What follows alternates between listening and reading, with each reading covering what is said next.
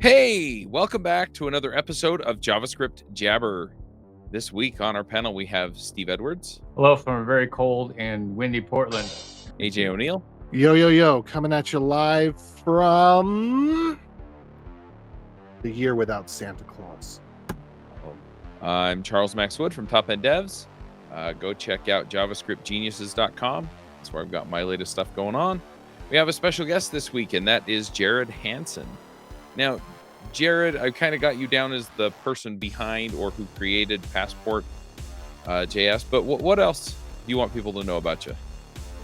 Yeah, so I'm an engineer by background, been doing professional development, product development for about 20 years now. Most of your listeners would know me from Passport.js, which is a very popular authentication framework in the Node.js ecosystem.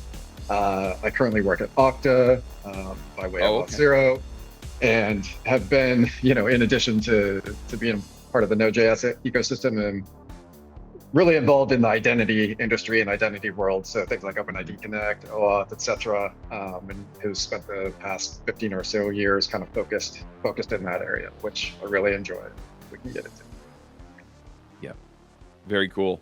And as we kind of get rolling, I don't know if I want to assume that people know what Passport JS is. I've talked to quite a number of people who use it. But you want to kind of give us the background as far as like what it is and what it does, what problems it solves, and who may want to use it. Yeah, absolutely. So Passport.js is an authentication framework for Node.js. So what that means is it basically handles all areas of logging into your application, be it a web application with the typical HTML user interface, or if you're building API applications and need to do token-based authentication. So it's primarily focused on Express, although it does get used with some of the other frameworks out there, Next.js occasionally, which is very popular these days, and a few other frameworks. It's been around the ecosystem for a long time now. I think my first commits on it were back in 2011, just to give some context for people. I think Node was on like 0.2 at the time, and now it's what, 20 something, kind of forget. So coming on with maybe not the most, most recent topic, but still always very relevant to security. And yeah, like I said, primarily it's a middleware for Express.js. So people familiar, some of this stuff kind of like maybe gets forgotten to history a little bit, but anyone who's writing Express.js apps is very familiar with the middleware pattern. So authentication is just middleware that you stick in your application in order to authenticate a user. If they aren't authenticated, then the middleware stops and the request is denied. Otherwise, you're provided with the user, and then you can write your business logic to return user-specific responses. Cool. So just to get a little more clarity on this, and I'll admit I haven't done a whole lot with Passport.js because I don't write Express every day or JavaScript really every day. But you said it's middleware, so if I want a login screen or myself, you just manage the stuff coming back and forward. How many of the pieces do I get? Yeah, so Passport.js is really focused on just authenticating the request. It's meant to be quite minimalistic, so it doesn't get involved in really any other areas of your application.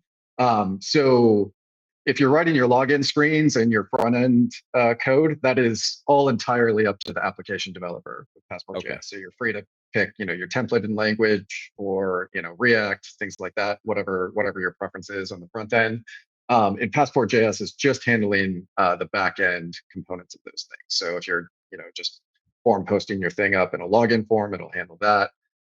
If you're doing APIs, then your client side is responsible for putting the tokens in the request, and it'll parse those out of that and authenticate it that way.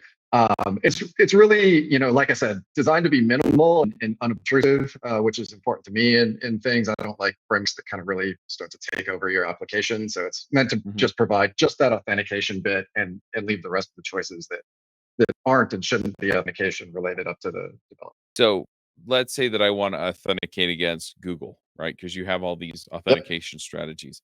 So I write my login page, I put the Google icon on there, I click it, and then what else do I have to do to make it work? Yeah. So with Google, so if you go to passportjs.org, there's kind of tutorials that walk you through these various things. So Okay. one of the challenges, I'll get to your question in a minute, but just for some context here, is like one of the challenges with authentication is really there's like so many ways to authenticate. And that's one of the things that Passport really tried to address, which is like, we got all these disparate ways to authenticate. How do we give sort of like a single consistent way to, drive that from within code?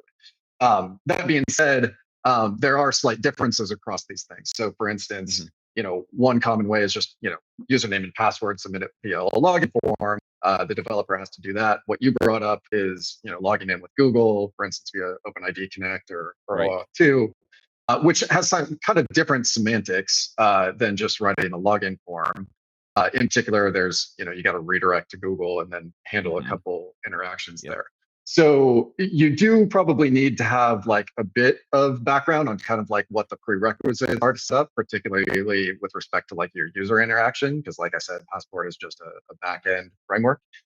So there's tutorials on the website that will walk through these common scenarios. So in the case of Google, essentially what you would do is like you said, drop the Google button on your page, a user clicks it, and that will send a request back to your application, and you put the Passport middleware there. The Passport then will start to take over the OAuth flow, because that's really the thing you don't want to do as a developer. That's super complicated. So Passport will basically abstract all that away from you. So you just say passport.authenticate Google, and then Passport will take care of redirecting the user to Google. At which point, like Google steps in and does the authentication, and then Google sends the user back to your application at, in this case, what's known as a redirect URI or a callback URI.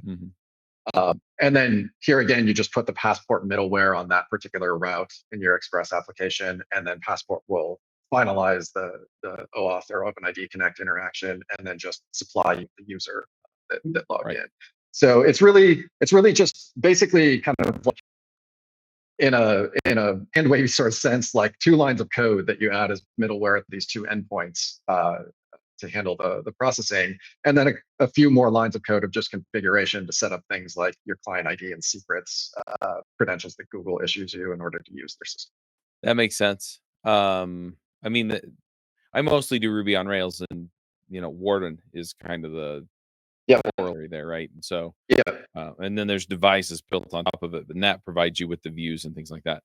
But that makes a lot of sense. So, just to kind of restate some of this, effectively, then I write the UI. I get the request. When I get the request into my application, I call into Passport.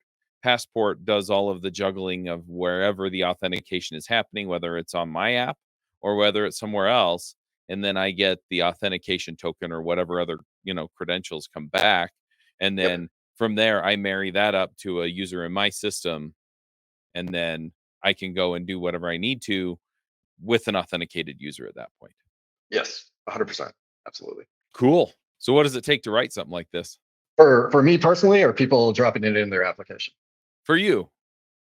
Yeah, so like I alluded to at the beginning, I'm a big kind of like identity nerd. I love the topic, so I'll just give some context here. So like I said, like Passport was started back in 2011, and I had been doing, this was kind of like the early era of like Web 2.0. So I got super fascinated by OpenID and OAuth and mashups and all that sort of stuff.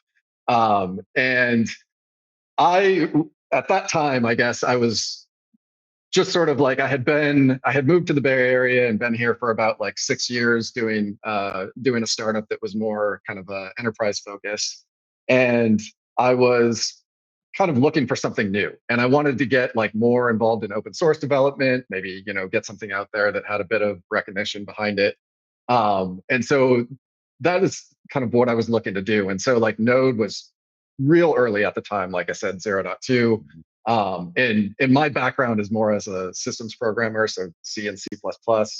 And when I took a look at Node, I was like, oh, this is super interesting. It's basically you're writing IO heavy applications, server applications. It's got all this event loop stuff in it with ePOL and whatnot. And it was like, I first took a look at Node, like the internals of Node, right? The C and C++ stuff that's going on in internals. I was like, oh, that's super interesting. This is like a lot of the code I'm writing, but then they put this JavaScript layer on top, which just made it a lot easier to do, just your business logic. It's faster development and reasonably fast performance. And so that's kind of what drew me to Node. And then as I was looking into Node and like looking for maybe like an open source project to take on, and also very interested in security and identity, I was like, well, what's out there for authentication in the Node world? And I was familiar with things like Warden and Devise from Rails. And there wasn't really anything that existed at the time for Node. There was another project called WebAuthn, which I took a look at, but wasn't necessarily super happy with. So I was like, oh, okay, like I'm gonna try my hand to make a authentication framework for Node and see what happens. And so really, it was How hard just could it be, me. right? Yeah, how hard could it be? And it was like like any developer, like I was looking for a challenge and something, it was hard but also fun, I guess. Yeah. Pre-promises, it was so much harder than it needed to be because that triangle pyramid waterfall callback of doom thing. I mean that made it, I back in those days, I looked through the passport code. It was difficult to read because it's like callback. I mean, everything was back then. I'm not by any means peeing on it, but especially because the OAuth flow. I was trying to fix an issue with cookies way back in the early days because the back then most OAuth implementations require third-party cookies, but of course, in the modern age that wouldn't work. And I imagine that it's, that's been reworked since then. But I was like trying to follow from this callback to that callback, and then like an event system. Those were tough days before promises. Those were really, really tough days. Yeah, absolutely. I mean, I think that was like one of my kind of like experiences. At the time, I was also just learning JavaScript as I wrote some of this stuff. I had done a little bit, but nothing significant. And honestly, like I found JavaScript a little bit confusing, honestly, to at that point. And so like I was learning that at the same time, and as I said, like all the callbacks, any sort of like asynchronous IO where it's event driven can be hard to read because it's as like not linear but more driven over time, I guess, and you have to understand those sequences of events. So it was kind of one of the challenges of Passport is like design an API that can take those challenges and make it somewhat tractable, and I think it's done a decent job of it. Obviously there can always be improvements. But so that's what I set out to do, and like kind of my premise was like that middleware pattern where it's just like passport.authenticate, and then using some strategies, and like that from a developer standpoint, like those are the kind of things that you just repeat over and over. It's just configure your strategies and then like throw the authentication middleware there. And reasonably, then I think that makes authentication tractable and easy, and I think most people used it to good effect. So that's kind of like the background there. And then, at the time, like I said, obviously Node was new. So I published Passport, the first initial versions of it, and spent a lot of time just like Twitter was also kind of new at the time. So like anytime someone tweeted about Node or Auth, I'd reply to them. I'd get Stack Overflow, and just like a lot of community development and reaching out to people and telling them that the project exists, and did that for a while. And then it sort of just kind of grew its legs and took off from there. And now it gets, I don't know, couple million plus downloads a month on NPM or something like that. Nice. Yeah, just it's been interesting to watch a open source project kind of play out over a decade plus and see how it's evolved. So it's been a great experience. So one thing I want to call out that you mentioned, and this isn't specifically to Passport, but I talked to a number of open source developers, and they're like, "Look, I built this package. The people who use it love it, and I just can't seem to get people to find it."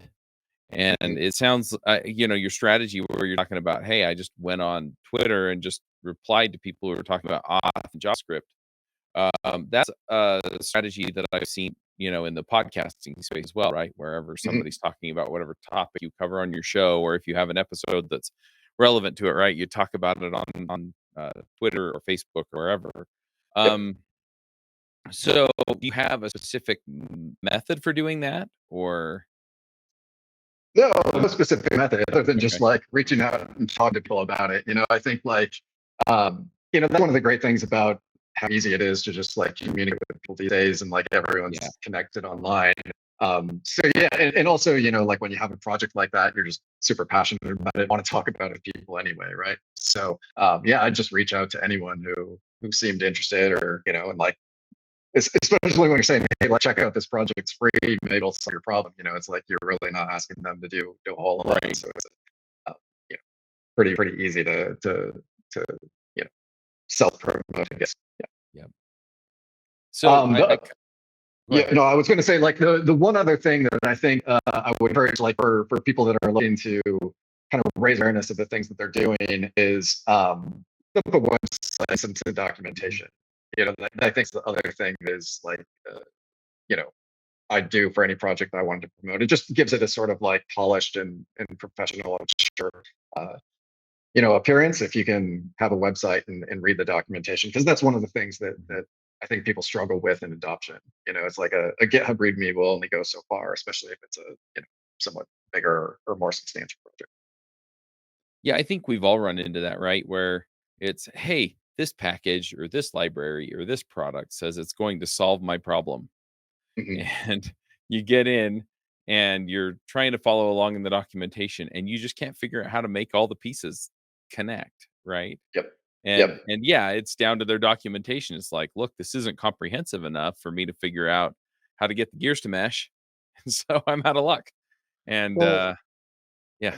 A lot of times on that, I mean, I would love to hear everybody's perspective on this, but I think the biggest issue with that is either A, not recognizing that the developer is not at where you're at. So there's a lot of tools out there that people are asked to use that they're not necessarily a Node developer, a Python developer, whatever. And just having you need to have installed Node, and you need to have, you know, done some other thing, create, run npm init or something like that. Like there's like 2 or 3 steps that you have to do with every single project that people often omit from their readmes, because it's like, well, duh, if you're one of these developers, you're going to know how to do that. But if you're coming to something where you're building a new project, and I would imagine that particularly with Passport, you observe this, is because people are not necessarily Node experts. They're like, oh, what's the easiest way to get an app together with this type of OAuth? And they end up on Passport.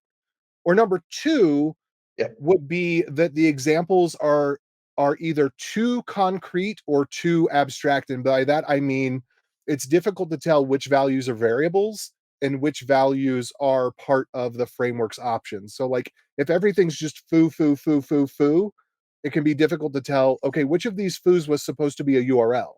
And if everything is like exactly literal, then it's hard to tell, okay, am I roping into, for example, I know that Passport doesn't do this, but am I roping into passport.com in order to run this thing, or is passport.com just an example URL?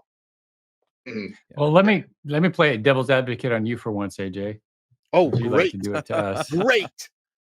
So you were talking about, making assumptions about this developer able to do this or that. One of the frustrating things for me that I read when I'm looking for a lot of Laravel, help on different things, and I'll come across blog posts all the time, and I swear 9 times out of 10, half of the blog post or 3/4 of the blog post is just getting a Laravel project up and running. Okay, install this, do this, create this, and I'm like, good Lord, just get to what the blog post is about, as if there's not a bazillion references elsewhere about, including the Laravel website, about how to get a basic Laravel project up and running. Don't pollute 3/4 of a blog post unless you're just trying to make it look longer than it really is, so you look better. But at some point, got to get them keywords.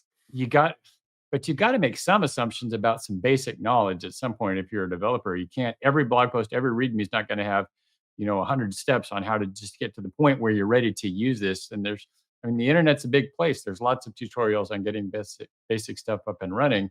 And so as a user, if I'm, searching, oh, here's a blog post that the title says I'm going to talk about this, and it takes you 3/4 of the way through just to get to what they're talking about, and that's a tiny part of the blog post. That'll tick me off, and I'll go away faster than anything else. Yeah. I 100% agree on that. But Dang it. I wanted I'm you to saying disagree. Okay, sorry. no, I'm just saying that like either a couple of bullet points or like here's the 2 lines you copy and paste. Yes, if it's Yeah. like 100 steps to create a Laravel project, then yeah, the link to it or Right. Yeah. Yeah. One thing I want to add to that is just in Steve's example, the thing that always trips me up is here's the 3/4 of the thing that's boilerplate, but halfway through that 3/4 is a critical step, Oh yeah. right? Because I'll skim it and I'll Right. go, oh, okay, I know all this stuff. And then it's why isn't this working right? And so yeah, having it's hey, look, you need to take this step if you have an existing project, because you probably have an existing project. Jared, I kind of Yeah. want to come back to the idea though. So it was documentation. I mean, obviously it was the right problem people needed to solve, but it was the documentation and the interaction that grew the project, right? Mm. Or are Mhm. there other things that Yeah. yeah. Well, yeah, I would say like certainly over the course of time. So I think one of my learnings here is just like, kind of maintaining an open source project for over 10 years, you start to see like more cycles come through. So like I Uh-huh. want to talk about this documentation a little bit. It's relevant to what you guys are all saying. So like in the early days, I set up the Passport website and some documentation. And the documentation was really probably a little bit more conceptual in nature. Uh-huh. Which was fine at those days. So think about like again, like Node back in 0.2, 0.4, it's such, the pre 1.0 days. Like Node itself was attracting sort of a different audience of developer. You had like very like leading edge developers who are Mhm. willing to get in the bleeding edge and reading a lot of code. Like when I was writing Passport, I was reading a lot of code of other libraries at the time, just to understand development. And I think that was common. Like a lot of the people that started using Passport, even though it made it relatively easy, I think they were, the type of developer that was willing to get and read the code and the internals, like you were saying, AJ, whether they understood it all or not, you had people digging into it. And so like the documentation was a little bit more geared towards them. But like as you think about this, as this scales just in like number of adopters and like over time, you start like Node has attracted different developers over time. Now it's much more of an established thing, like it's not bleeding edge anymore. People adopt it because they know that they can write stable applications in it. And you have developers that just kind of, maybe aren't going to read the code of the libraries that they pull in as dependencies and just want the documentation to be there. So I've evolved the website over time a lot as well to like add documentation, which has really helped a lot. So one of the frameworks that I used was, have you guys come across Diataxis? I'm not quite sure how you say it. It's like a documentation framework that's interesting. I'll send you guys a link at the end. We can put in the notes or whatever.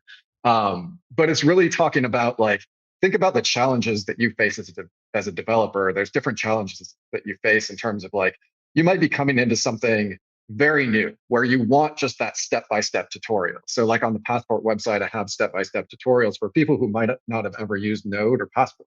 So it assumes some knowledge, like you have Node up and running, but you can follow just step-by-step. This is what you do to get auth in your thing. This is what you do like on an HTML page to add a login form. This is the type of route that you will add to your Express app. And it's just, you follow it step-by-step. You don't have to have any knowledge. And then at the end of it, you have a working sample application. There's also just more reference style documentation where it's like, hey, I just want to know like the APIs and that sort of stuff, the options. I just want to know what's there. I don't want to like follow a tutorial. And then there's like conceptual documentation, which is like, okay, I might have this thing running in my app, but now I need to know like, what's it actually doing? Like, what is this OAuth thing behind the scenes, which I, didn't have to know from the tutorial, but maybe I want to know it now that I'm, more experienced with my application and taking it to production. I want to know what problems I might face. So like different developers at different stages have different needs. So like writing documentation to those needs is really important. And I saw that like one of the kind of motivating factors for me to add some of that documentation to the website was just like the sheer number of GitHub issues being filed of like, things like you said, is like, okay, like I just pulled in this library and like tried to put it in my app. It's just not working. I don't know how to fit all the pieces together. Right. Which is maybe not something I obviously would have like seen being the developer of it. I'm of course like too familiar with the details. So I don't necessarily think about those problems all the time, but then you start to see the influx of issues of people having them. And so like taking a step back and writing documentation that just kind of assumes very little knowledge about the system has like greatly reduced my own kind of support load. It just like cut those issues down because now there's just a tutorial to point to if someone has a question, or the questions often go away because they find a tutorial on their own. So it's just kind of a way to scale, I guess, my time or a maintainer's time. Yeah. Yep. Makes sense. I kind of want to take us back to working on Passport JS and onto authentication. So let's talk a little bit about authentication here for a minute. So you get this basic functionality up where maybe it does OAuth or OpenID or something, and you can maybe bring some other strategies. When did the new strategies come in? Was that something that was there from the get go, or was that something that? Yep. Yeah, the strategies were there from the get go. So I think, like, if I remember the evolution of this, basically like the first strategies were your typical like username and password, and then OAuth and OpenID, and I think it was like OAuth 1 and OpenID like 2.0 at the time. These are like technologies that have sort of faded over time. But yeah, the strategies were always central to the framework because like auth is so disparate, and I wanted a way to unify those things. I think the OAuth ones came like most of the initial passport was done, like development was done within like a month or so. So like I think it was like I took 2 weeks to write like the framework and the first like Nice. login, like the username and password strategy. And then I think I added some like basic auth and like the API style authentication, and then I added OAuth stuff. All within the span of about a month, I think. But like the OAuth piece, like once that was working, I knew the framework sort of had what it needed to handle all the use cases, because that's like that's a broad range of different functionality that you need to like accomplish auth, and it all sort of fit within this nice like strategy pattern and then middleware pattern, and I was pretty satisfied with it. Yeah, I think the larger question I'm trying to ask, because that kind of sets up, okay, this is where we started, and this is kind of how things evolved as far as strategies went. But like, how has the problem set for authentication changed over the last 10 years that you've been working on this, right? Yeah. So good question. I think authentication is one of those topics that's like constantly changing, and it seems like always something new to learn. Like I would say like one of the biggest changes has been like just the like single page applications and more front end focused stuff. And so like, and I'm not even sure like how to explain this stuff succinctly necessarily, because it's still quite complicated. But you've just got so many different styles of application development, even within the scope of like web applications, right? So you've got your typical like traditional backend web applications where it's all HTML user interfaces and like login forms and session management, right? You've got like newer API style stuff where you just might be writing just JSON APIs and you don't care about any front end stuff. And then you've got single page applications and mobile applications accessing those APIs where like the login is done completely on the front end, somewhat disconnected from the back end, and you get like token based authentication. And there's a lot of similarities between those things, but also a lot of like key differences just in terms of like architectural stuff that you have to understand.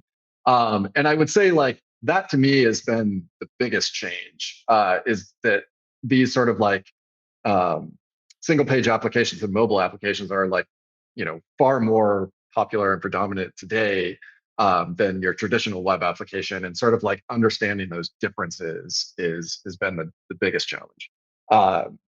Looking forward a little bit more, and this is stuff I'm excited about, but you have things like WebAuthn happening now, and there's some kind of newer work that's out there to do to make sessions a little bit more secure. So we can talk about that if you want, but more things like token binding, so that things are actually tied to the device and not just bearer tokens. These are the areas that authentication is pushing into, that are hot topics and challenges today. So I'm very interested in where WebAuthn is going. My understanding is that is the rebrand of Fido. So like, Yes. and this stuff is changing like super fast now. For a long time, these things were kind of stagnant, but now Windows Hello is integrating it. Mac OS is integrating it, and then the browsers are also integrating it, which sometimes starts to get confusing because there's like multiple layers of WebAuthn. Yes. Yeah. So, like, what have you seen in WebAuthn, and where is it headed? Is it actually? I mean, it seems like it's gotten to the point where all I have to do is just hit OK because of the operating system integration. And at that point, I'm thinking, okay, is this actually more secure, or did we just get rid of the whole thing, the security of the whole thing? Yeah, no, it's fascinating. I mean, it does feel like magic at times, especially with the stuff that you're talking about, like with Windows Hello and, like Touch ID and Face ID on Mac now.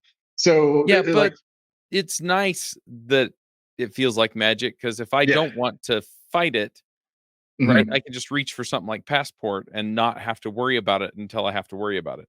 Yeah, for sure. And I think the other thing, like, when I say magic, I don't mean that in any sort of like derogatory sense. I think like WebAuthn and technologies like that are both more secure and easier to use, which is like a very rare thing to happen in security environment. Usually like making something more secure makes it harder to use.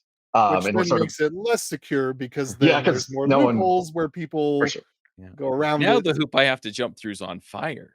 Yeah, for sure. So I think like some context here. You said like WebAuthn is kind of the rebrand of FIDO, which is more or less true. FIDO is actually like the organization that started doing the protocols for like how you talk to the hardware. So that YubiKey that you held up, like the USB protocols, how all that hardware to hardware stuff happens at a low level. And they did some initial like JavaScript work, but they took their JavaScript work to the W3C, and that's where WebAuthn happened. So it's kind of like WebAuthn and FIDO are married together in some sense. But some of the early work there on FIDO is like all based on like hardware security tokens for the most part, right? So it's like you got your FIDO device that you plug in, or it might be built into your computer, and it makes it super secure and phishing resistant. But one of the sort of things that happens as an implication of that when you have hardware-based devices for login is like, what happens if you lose that device, right? So if I've got my FIDO key and my laptop, and I've got both of those registered, but like the FIDO key is plugged into the laptop, and my laptop gets stolen or lost or whatever, I have no hardware devices left, right? So how do I get into my accounts? And that's not necessarily in the strictest sense like an authentication problem, but because authentication is such a cross-cutting concern, you get into these other issues pretty quickly, maybe without you even realizing. So think about a developer, they might just say, oh, like FIDO is the latest thing, it's most secure, implement that. Now you've got a customer that calls you up on the phone being like, I can't log in anymore because I only had FIDO credentials. Like, what do I do, right? And I have never seen that in the wild, though. That's like the crypto nerd's dream, but it's like So FIDO is never except now that the iCloud keychain. iCloud keychain is now integrated. Actually, I take it back. Since iCloud keychain has been integrated, I think that a few providers have actually been adding it as the first method. But then you're away from the hardware. It's virtualizing the hardware through the software in the cloud. Yeah, 100%. So that's kind of where I was going with that, right? So it's like you have this recovery problem statement. So like, how do you solve that recovery problem statement? And like Apple kind of really led the charge here, as you noted with iCloud, where they basically said, okay, look, we'll basically make these FIDO style keys, these WebAuthn keys, but we will sync them on iCloud so they sync across the devices. So if you register it on your phone, it'll sync to your laptop. And as long as you can like log into your iCloud account, you can get a new device and it'll sync there. So there's obviously some wrinkles here, and we can like poke at it, of course. But it does sort of nicely solve the recovery problem if you're willing to accept that like iCloud is a sufficient recovery mechanism for you, right? And like that begs its own questions, but like, more than likely someone's going to remember their iCloud password so that they can set up a new device, whereas they might not remember like the random recovery password for a site that they don't use too frequently. So yeah, like I said, trade-offs there, but like that was sort of the turning point with WebAuthn is once they introduced these what they call passkeys now, which are these syncable credentials that go across device. Now it kind of opens up the room for adoption and to make that magical experience where not only is the authentication easy, but like the recovery and the sort of your disaster scenarios are also trackable as well. It feels like we've come full circle back to OAuth though, because now it's like iCloud is the new OAuth if you're using iCloud, or Windows Hello is the new OAuth. So now rather than registering through Facebook, which I think Facebook, I could be wrong, I think they're in massive decline.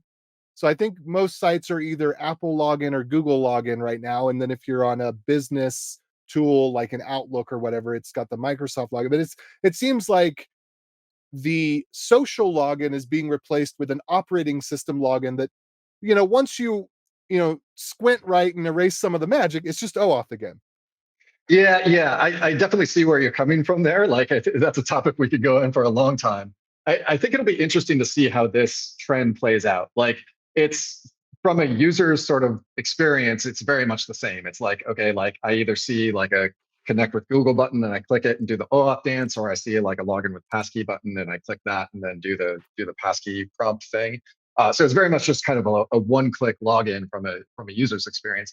There's a couple technical differences underneath the hood that I think are super important to point out.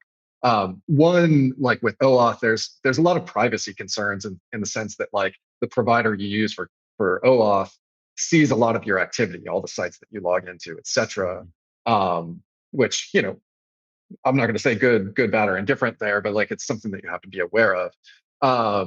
With WebAuthn, even though your credentials might all be synced through iCloud, so you're sort of reliant on Apple if that's your provider of choice. Apple doesn't see all that activity. Like if I log in with WebAuthn and use my iPhone to do it on every site, I can log into every site on the internet with that, and Apple doesn't know that I have done that. So there's a lot of big privacy wins there. Is that There's, true? yeah, that's definitely true. How? Yep. Apple also wrote the OS, so if they are spying on it, there are other ways they could do it already. Yeah, that's my That, question, is because if you control the whole chain of software, saying that it's end-to-end encrypted, we don't look pinky promise. Like, Yeah. I don't know if I yeah. trust that. Sure. Like obviously, if we're looking full stack, Apple writes the browser, et cetera, et cetera. Like Yeah. Google does that too. So there's lots of insertion points by which they can like monitor things. I'm strictly speaking from the authentication sense here, Yeah, right? you wouldn't have like in the Google or OAuth, Facebook in the middle. yeah, in the OAuth world, like you have them in the middle, and they can see your activity by virtue of just that single like protocol. OAuth here, like that layer alone gives them that activity. Now, WebAuthn eliminates that, and we can talk about how if you're interested. Of course, there's other layers in the whole stack to make it work, which like things could be happening, but at least at the authentication layer, there's more privacy guarantees. The other trend I think that's like interesting to watch here is just like how that interaction model evolves. Like as these things change, is like there's a lot more development in like wallet style interactions and things like verifiable credentials, where a lot of the patterns that you see with OAuth in terms of like granting access to something or proving that like you're a certain person or have certain characteristics, you can start to shift to more of these like wallet style interactions where like my transactions with another third party are just kind of point to point, and there's a lot of like privacy benefits to that that shifted out of like your typical identity provider model where there's a third person in the middle. So like these things are all happening, and I think it's like quite interesting. They ultimately lead to like very similar user experiences, but very different sort of like technical and architectural implications here. So just kind of coming back to authentication with JavaScript, maybe using Passport. Are these things that Passport currently has strategies for, or are these things you're looking at? Yeah, to some How level does of that development. affect your job too? Is the other question I have. Yeah. So yeah, Passport's been like a good framework to evolve here. So like the strategies have been there from the beginning. So like WebAuthn didn't obviously exist at the time Passport was written, but because the strategy mechanism is flexible, you can implement strategies that do this. So Passport does have a WebAuthn strategy that's workable today. There's there's some that WebAuthn is like in development, and like lots of kind of new features happening constantly as the W3C and the browser vendors sort that stuff out. So there's some features that probably aren't yet implemented in the Passport strategy, but I've got my eye on them, and I know other people have some pull requests out there for them. So that's a work in progress. But you can get started on it today. For things that are further out in the horizon, the things I mentioned, like verifiable credentials, those are much more experimental today. So there's not a strategy out there for them that I know of anyway. But it's certainly doable and something that like I kind of play around with in the background. So if and when those things become adoptable, there will be a strategy for those as well. So it's more a question of like maturity of the technology and things like that. Yeah, exactly. And that's one of the benefits of like that strategy pattern, like, kind of one of the things I try to do with Passport is make it like an open ecosystem. So like there's now, I don't know, well over 500 strategies. It might be approaching close to 1,000. I kind of quit counting at a certain point. But like lots of developers publish strategies for tons of different ways of doing authentication. And it's permissionless in the sense of like anyone can do it. The API is there for you to do it. I myself at the beginning kind of wrote like 50 or so of the initial strategies, so you can see how it took off from there. But like as these technologies, like I know people who like pursue some of these more experimental technologies who will write a Passport strategy as a way of like proving that it's implementable or to show that it's real. And then as those technologies can succeed or fail on their own merits, but Passport can support. So another question that I have, Passport it's old, right? I mean, Mhm. like you said, it started in the 0.2 days. I imagine it's probably gone through a major refactor or two as JavaScript has evolved to have native crypto primitives and promises and stuff like that. But us old dogs and anybody sensible is using Express because it's just simpler, right? And it's dead. And dead things don't change, they don't break on you.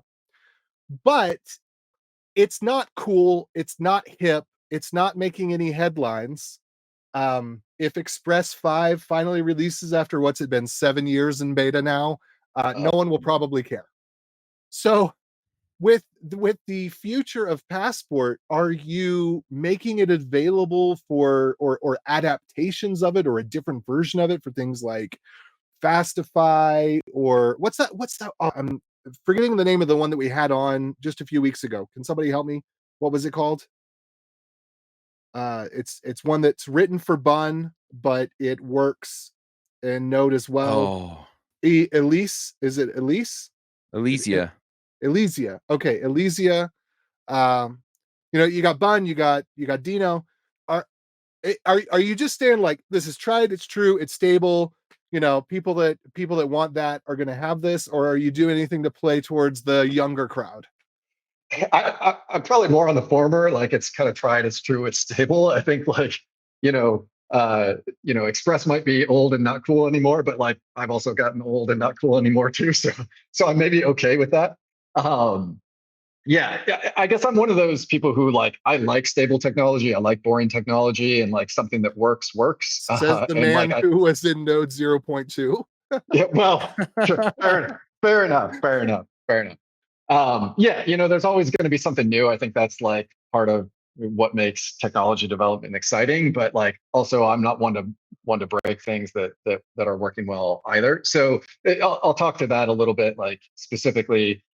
So with the Passport, there's a notion, although it doesn't really get like talked about too much or probably leveraged all that often, of like having different like frameworks that you can like plug in underneath it. So like this is more of an internal thing, but like Passport in the way it sort of like dispatches its authentication handling out to like the containing web framework, if you will, is somewhat pluggable. So like it sort of defers to Express and calls Express specific stuff, but you can swap in other frameworks if you want to. And like back in the day, again, this is going to be like old stuff, but like that was leveraged by Happy, if people remember that. Oh, that okay. framework. And I think that probably doesn't get used as much anymore. But I know people have used that similar technique. Like there's ways to use it in Next.js. I've played around with it in Fastify too as like an experiment. I'm not sure if it like gets widely used in that ecosystem. But this is something that's always on the back of my mind, is like, okay, like Passport can be made to play with these frameworks in a better way. It's never quite reached the level of priority where I'm like, okay, like I'm going to really like stabilize this pattern and promote it. It just doesn't, seem to have that people asking for it, demanding it that much. But as I like play with things and refactor on my own time, that's something that's always there. And like maybe at some point I'll get interested enough in one of these alternative frameworks to prove out and show people how it can be done. But otherwise, I'm pretty satisfied with where it is. Yeah, I think, yeah, just to reiterate, like it's stable and, I feel no need to break it.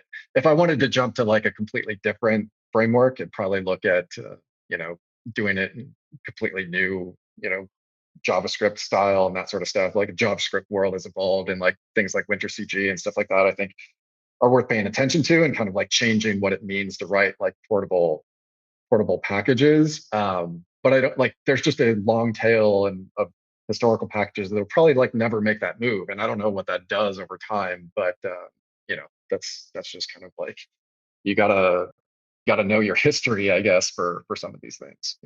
So I was also thinking, and this is a question I like to ask just in general is, okay, well, what's the other, I guess, major alternative to this? And the thing that I'm coming up with, and you said you work for them, is Okta Mhm. or Auth0, which is owned by Okta now. Yep. And so when would you pick one and when would you pick the other? Because I've used both, Mhm. or at least both strategies, right? I've used the Warden strategy for my Rails apps, and I've used Okta, and sometimes it made sense, and sometimes one of them caused me way too much pain, and I moved to the other. And Yep. so, in your estimation, yeah, when do I start thinking, okay, am I going to get a done for you, or am I going to do it myself? Yeah. So good question. I'll give some background here.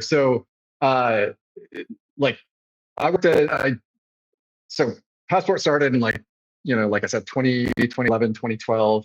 And I joined Auth0 and I think like early 2015, like shortly, maybe like a year after it got started. I was Mhm. pretty early there. And Auth0 was like a big proponent of Passport and promoted Passport, and also like Passport works well with Auth0. So I view these things as like really symbiotic in a way, Okay. and I'll talk about that what that means. But basically, like, so if you look at Passport, it's trying to solve the authentication problem generally, right? So there's always this notion of, okay, like you can build everything yourself, right? So like if you want to build your own login forms and all that sort of stuff, like go for it. And a lot of people do and consider that something that's important to them. And I don't think I'd ever at this point like try to talk you out of it if that's something that you wanted to do. That being said, I think one of the things that's important to understand as you like build authentication is you end up tackling a lot of problems that aren't just authentication, right? Like you might Hmm. start saying, okay, I'm going to build my own login form, but now you've got to, hash your passwords and like, keep your Yeah. hashes up to date. You've got recovery problem statements, like how do you email people like password reset links? You've got rate limiting problem statements if you get to any scale and people start to attack you. And there's just all these sort of problems that like you might not know at the outset, but that eventually you run into, right? And it's not just about authentication, but it's about all the stuff around it. And so that's really like the premise of using a service like Auth0 or Okta, which is okay, like you want to build an application, you need authentication. That entails a whole bunch of stuff that you really probably don't want to do if you're you know uh, going to have any like significant traction in the market. So just kind of like outsource that, right? And so like Hmm. that's the value of using a system that way. And I think it's probably recommended for those people who are intending to launch like a widely deployed application. Um, that being said, even when you choose to use Auth0, for example, you still have to do authentication problem statements in your own application, right? Right. So one of the ways of using Auth0 is just like talk to Auth0 via OpenID Connect. So Auth0 becomes like your identity server, but your application needs to speak OpenID Connect to it in order to authenticate people. So it's like, yes, Auth0 is doing the authentication, but you might drop Passport in via the OpenID Connect strategy to have your application kind of authenticate against Auth0. Mm. Similarly, like you might be building APIs and like Auth0 is issuing the tokens for those APIs, but you need to authenticate them in your own application. So authentication exists on like both sides of the wire, right? So it's like you might build it all yourself and you can use Passport as like one piece in your toolkit to do it. But really, you shouldn't have to build it all yourself. but you still have to handle authentication bits in your own application, even though you've outsourced most of it. So you can use them together as well. I want to be mindful of time, but I think we've got a few more minutes if somebody else has something they want to go into, or if there's something we didn't cover, Jared. No, this has been great. Your questions are awesome. Yeah, sorry, I'm not much of a Node.js user. Heretic, I know, but so I I'm let right the there with smarter you. people ask the questions. I mean, I All will right. say this, that I mean, in my experience dealing with authentication, listening to other people talk with it, it's not some road I want to go down. You know, I like to be able to. Some of the distributions that I use have a lot of that built in for me. You know, whether it's simple stuff or something more complex, and it's just nice when I can start up an app and not have to deal with that. I just know that my users can be authenticated, and I'm not having to reinvent the wheel, so to speak. So, amen to people like you that do that for me. You're welcome. All What right. about you, Well, AJ? Like, yeah. what problems do you see like on authentication? I'm always curious to like, people who are in the weeds on this stuff, like what are the challenges you're facing these days? As far as I know, well, I haven't really looked. I've been building something incrementally for a few different clients, but having the ability for people to have their own single sign-on and having having more like a library for authentication than something that's frameworky. The reason for that being that if you're building it rather than using Okta, there's something special that you care about that you need to tweak. And the the more that's abstracted away, the more difficult it is to find the area to do the whatever it is that the tweak needs to be. Mm-hmm. But yeah, that's something I've got a little project that I've used in a few places over a few iterations, and I've tentatively called it LibAuth, because the idea is that it's at some point I'll have like a LibAuth init, and LibAuth init will write out the routes, and it'll have a lot of boilerplate in it. So if you need to go tweak something, you'll go tweak the boilerplate rather than having it abstracted into a single function where you have to re-implement the strategy to move those few things around to track it in a different way or whatever. Mm-hmm. So I'm not building a lot of new applications, so I'm not dealing with auth often. But those are kind of the two things. Is as a company gets larger, they want other companies to be able to integrate with their API, and so then they need a single sign-on for themselves to export out. Mm-hmm.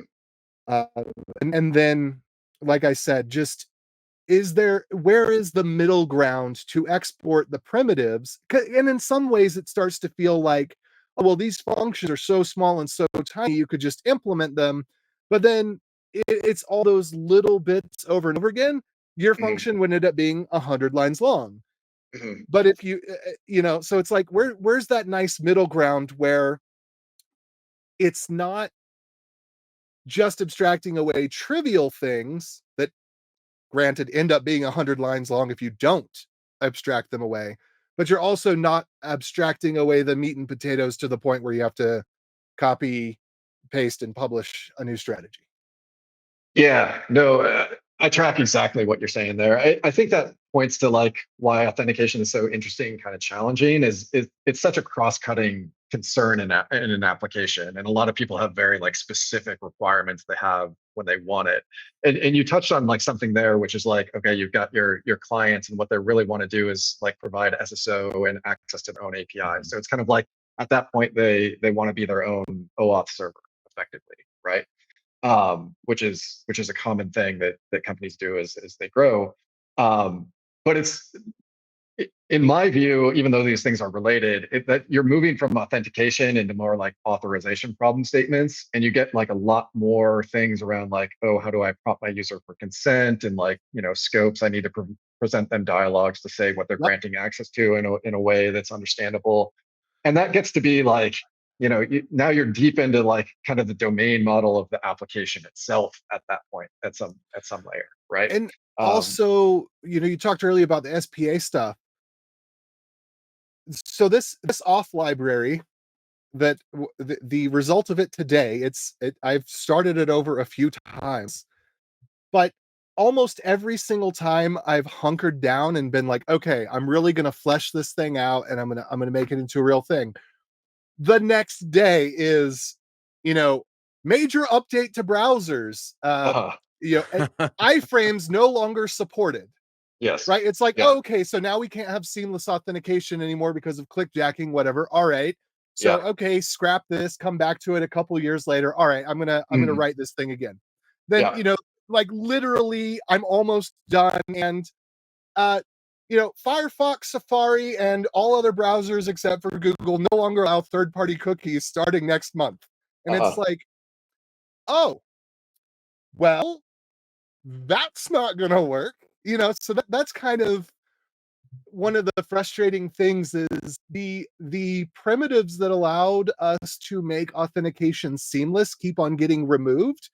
The buggy things don't get better. I mean, I think that we still have that problem. If you're on an iPhone web view, if you call window.close, it doesn't close. You can't redirect. And so then like the user, so like the things that were easy are getting removed, and the things that are blocking us from having a seamless experience, those bugs aren't actually getting fixed. Yeah. And it's like every couple of years there's some major change to the way that browsers work between third parties. Yeah, I think that speaks to the sort of like interplay between effectively like front end or client side authentication concerns and like back end server side concerns. And like I guess fortunately in the case of Passport.js, I like really focused on the back end concerns itself, right? And like kept all the client side stuff out of it, and that's been scalable and evolvable in a relatively sustainable way. But to your point, like maybe makes the developer do more of the front end stuff that themselves, right? It's less abstracted. But that front end stuff, it's all broken. Like any strategy that you ever would have tried to do this stuff on the front end, it's all broken over the last 10 years. Like there's been for sure. So it turns out that the only thing that has reliably worked over the last decade has been put the whole thing on the back end. Yeah. And I think that is probably like still the trend. Like in my own kind of like ideal world, I've often toyed with like kind of marrying like Passport or any really backend auth framework with like a seamless like front end framework. I think that'd be interesting, like from my identity nerd type of standpoint. Like that's a challenge that would be fun to solve. But to your point, like I've took stabs at it like here and there over the years, but I've never really felt satisfied with like the level of abstraction that could be achieved and making it like DevX friendly. So I still think there's like room out there to like improve the front end side of things and then integrate it nicely with the back. Are you aware of the portal spec? Portal spec? No, I have not come across this. We will see whether or not this is ever implemented. And by implemented, like my thought is basically on the front end, if you're a responsible developer, you shouldn't be using anything that hasn't been around for 2 years. Unless I mean, that's not entirely true, because a lot of times you can bet on the future, and by the time your product rolls out, that thing has been available for 2 years. But a lot of times it's already been deprecated or taken off of the standards track within 2 years. So that's where it's like, and then you end up with the Babel story where for the rest of time and eternity, you have to either use Babel or you have to use something like back in the WebSocket days, what was that one called? The super popular WebSocket framework. Socket.io. Socket.io, right? Like Socket.io still implements like an iframe strategy, or they may have removed it, but like you end up with that kind of thing. So portals, if it actually comes to fruition, my understanding is that will be a secure iframe where the iframe changes the URL in the URL bar. So a portal pops up like a modal. When you click into the portal, the URL changes in the URL bar, and then you have the ability to expand the portal to take up the whole screen and potentially some sort of CSS transition so that you could do, for example, an OAuth flow without a redirect. You open up a portal, like opening up an iframe, but the portal takes over the URL bar. and then when the portal goes away, the URL bar goes back. So it almost looks like, in all respects, a redirect, except that the redirect never happens. The state of the application in the background, like the Okay. form that you were halfway through filling out or whatever, stays while the flow in the foreground happens. Yep. And it sounds really, really promising if they figure out how to do CSS transitions so that it'll work the way that people want to, which it sounds like it probably will, because I think they're already doing CSS transitions for redirects now. If I remember correctly, there's some sort of spec to basically say you can have a CSS transition that if you load a new page, the new page will load with the transition. It'll feel like a single page application on multi-page. But that's something I've got my fingers crossed for, because it essentially solves all the problems. It solves the security concerns. It solves the state management concern. If portals land, it will be the perfect tool for seamless authentication. We'll finally have what we had back in the 2000s without the click jacking, until somebody figures out how to do the click jacking, and then we'll lose it again. I don't know. Yeah. That sounds promising. I mean, that state management problem is like one of the things that is always like hung up like OAuth adoption, and like SPAs in particular, is like you redirect and you lose all your state that's sitting there in the browser, and then you got to like reconstitute that on the redirect back, and it never works right. So which would totally be fine if we could use the pop-ups, except we can't use the pop-ups because they don't work on mobile. Yep.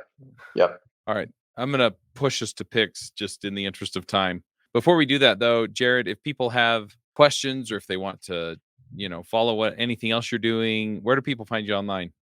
Yeah, so Jared Hanson is my handle pretty much everywhere on Twitter/X, GitHub. You can go to passportjs.org and everything will be linked from there. So yeah, check it out. Shoot me questions. Awesome. All right. Well, let's do some picks. Steve, you want to start us with picks? Yes, I will start with picks. And I actually have a couple lower level picks before we get to the high point of the podcast. News breaking today, as of this recording, that would be a rather large issue in the design community, is that Figma and Adobe have bailed on their merger. The top of Hacker News, Dylan Field, who's the CEO of Figma, put out a blog post and basically said there was just too many regulatory hurdles. And so they have bailed. And I think, if I remember correctly, the number was something like $20 billion merger. Oh, wow. It was pretty huge. And I remember hearing a lot of designers saying, all right, Adobe's going to screw up Figma now. I'm getting out of Figma. I'm going to something else. So it'll be interesting to see if I'd be curious to see, number one, how many people actually did leave Figma, and two, how many people come back after this. So that was some interesting news. And then in the burgeoning and very important world of interior design for automobiles, this sort of struck me because I've seen this happen elsewhere too. There's a story on the Drive about how with the newest designs, Volkswagen has really got a lot of pushback because in the interiors, they've gotten rid of tactile physical buttons and everything's been on touchscreens. And so when things don't work, a lot of the time people get really frustrated, which is pretty common. And so what they have said is they're going to go back to using actual buttons for a number of features within the car. And I saw the same thing recently from Hyundai as well. Their chief designer had said he's going to keep using buttons because people are used to them and they actually work. You don't run into a lot of the issues that you do with touch screens on digital displays. For me, myself, my vehicle has some stuff on the touch screens, but there's some stuff that you can actually do with physical buttons in my truck, and it's really nice to have that. So frustrating to try to adjust the temperature and have to like deal with a flipping touch screen when you're driving. It's like, just give me the flipping knob. Like, come on. Well, a knob, or even mine has a couple up and down buttons that you can push pretty easily as well. So yeah, it's one of those cases where you see the pendulum swing one way and then it's coming back because people realize maybe this one way isn't all it's cracked up to be. So interesting. And then experienced that on we got a new oven, and they have digital buttons to set the temperature. So you turn it to bake and then you hit temp and then right. It's most of the time it works. And every once in a while I'm practically breaking my finger on the UI trying to get it to read that I hit the 3. and probably breaking the UI itself because you're pushing so hard, right? Yeah. Right. Okay, time for the dad jokes of the day, and those of you dad joke aficionados will be happy to hear that I have my rim shot back. So that will enhance. I've been practicing for these. Oh, anyway, go ahead. Yes, Jared, you can either laugh or groan. All responses are welcome. Sort of a simple one today. What did the sushi say to the bee? Wasabi. Right. So for those of you who may be a fan of the Budweiser Was Up commercials from 20 years ago, there's a great one about wasabi. Just Google Budweiser wasabi and you'll see it. So recently for my son's birthday, I got him a sort of a simple gift. I got him an alarm clock, but it swears at him instead of beeping. So he's in for a rude awakening. Right. And then finally, I've talked about some of the jobs that I've had in the past that I get fired from, and working at the typewriter keyboard factory and taking off too many shifts and that kind of stuff. But one of my first jobs was posing like a mannequin in a clothing store window. I held that position for a long time. Thank you. Those are my picks. All right, AJ. And we did have some silent chuckles just for the listener only audience. Yes. Very silent. Even Jared was, having a moment on one of those. Yeah.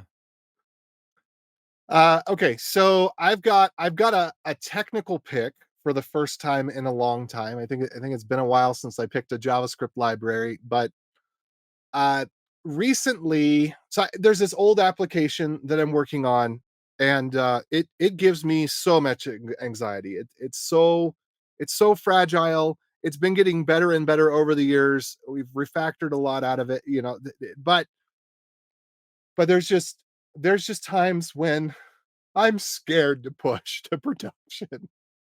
And a tool that I found recently, as I'm trying to gradually add types to it so that I can feel more and more confident, I found a couple of tools. One is MySQL Schema TS and Postgres Schema TS that will read, you connect to the database, it'll read the current state of the database, not what's in the migrations, which may not reflect what somebody did as a hotfix. So it'll read the actual state of the database and output TypeScript interfaces. And then there's another package, TS to JS doc, which will translate from those whichever tables, or if you've selected the whole schema, will go through and then read the TypeScript definitions and then translate them to JS doc. And so then you can mark your types. And I have not been able to get objection to work with the TypeScript checker in JavaScript. I hear rumor that the latest version might work if you use it with TypeScript, or maybe the latest version would work if you use it with JavaScript, but we're pinned to the version that we're pinned to. But anyway, so those two tools have helped me and helped me find a few bugs, because I can basically manually overwrite a call to the database and say, ignore what you think the type is that's being returned, that you're reading from the ORM. Instead, this is the type that's being returned. And so those two tools have been really helpful for me. And if you're interested in either starting new projects using JavaScript with types, or you are trying to migrate a project to incrementally add type checking, I did a presentation on this. It's up at jswithtypes.com. And there's a little npm module that you can run npm init, and it will do the magical incantations that will make it so that you can use the TypeScript checker in JavaScript, which there's a lot of blogs out there about this, but there's a lot of, I don't know, there's like a lot of little details. And if you want to get the TypeScript checker working with JavaScript, it's deceptively not easy. It seems like it should be straightforward. It seems like, oh, I'll just set JavaScript types to true in the config file, and this should work. But there's like a number of things that you have to do that are not intuitive and they're difficult to explain. So if you run the npx jswt init, it will just do the right thing. Or if your project is set up in a particularly weird way, it'll, you can at least open up the config file and hopefully see you need to change your lib directory name or whatever. So I've been a huge fan. I hope this has come across on the show. I'm a huge fan of JavaScript and types. Huge fan. I wish there were simpler ways to do it. I wish there were better tools for it. But I love JavaScript's native type system. I think it's amazing. I don't think it's perfect. I don't really think it's amazing. I think it's workable. I think it's very, very workable. Not amazing at all because it wasn't designed to be a type system. But JavaScript has types and we can use those to our advantage. We don't have to pretend like double equals is the rule. Double equals is not even an exception. It's not an acceptable option. We can use strict, strong typing in JavaScript. And after all, I mean, even if you're using a language like C, I would say that C is very weakly typed. The types are in the tooling. If you have bad tooling, you have bad types. If you have good tooling, you have good types.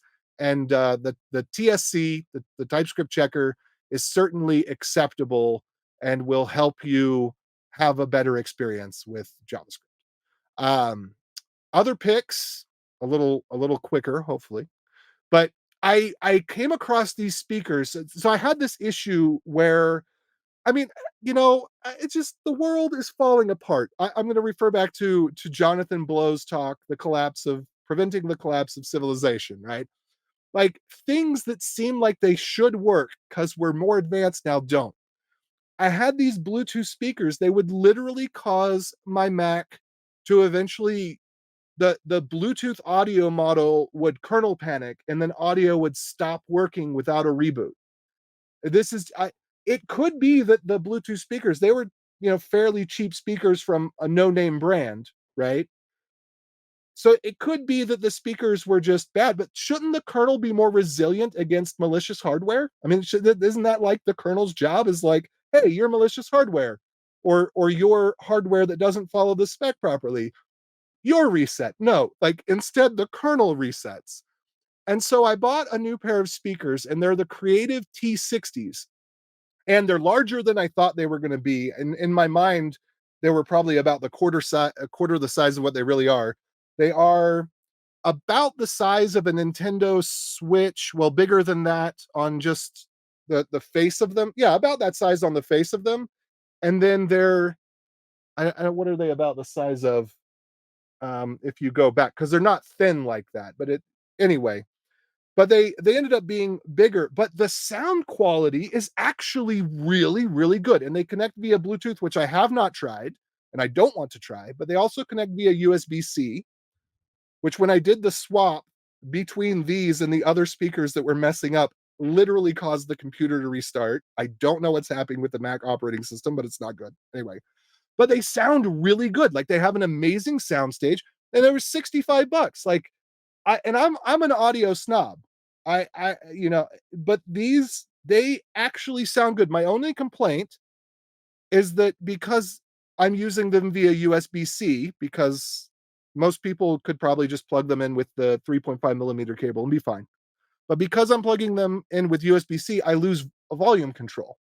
So I have to use the Loopback app to make a virtual audio device that outputs to the speakers, set my system output to the virtual audio device, and now I have volume control on the keyboard again. Why that can't be just done in macOS, I don't know. But the speakers themselves, they have the Bluetooth option, the USB-C option, and the 3.5 millimeter option. And they sound so much better than I would have expected at $65.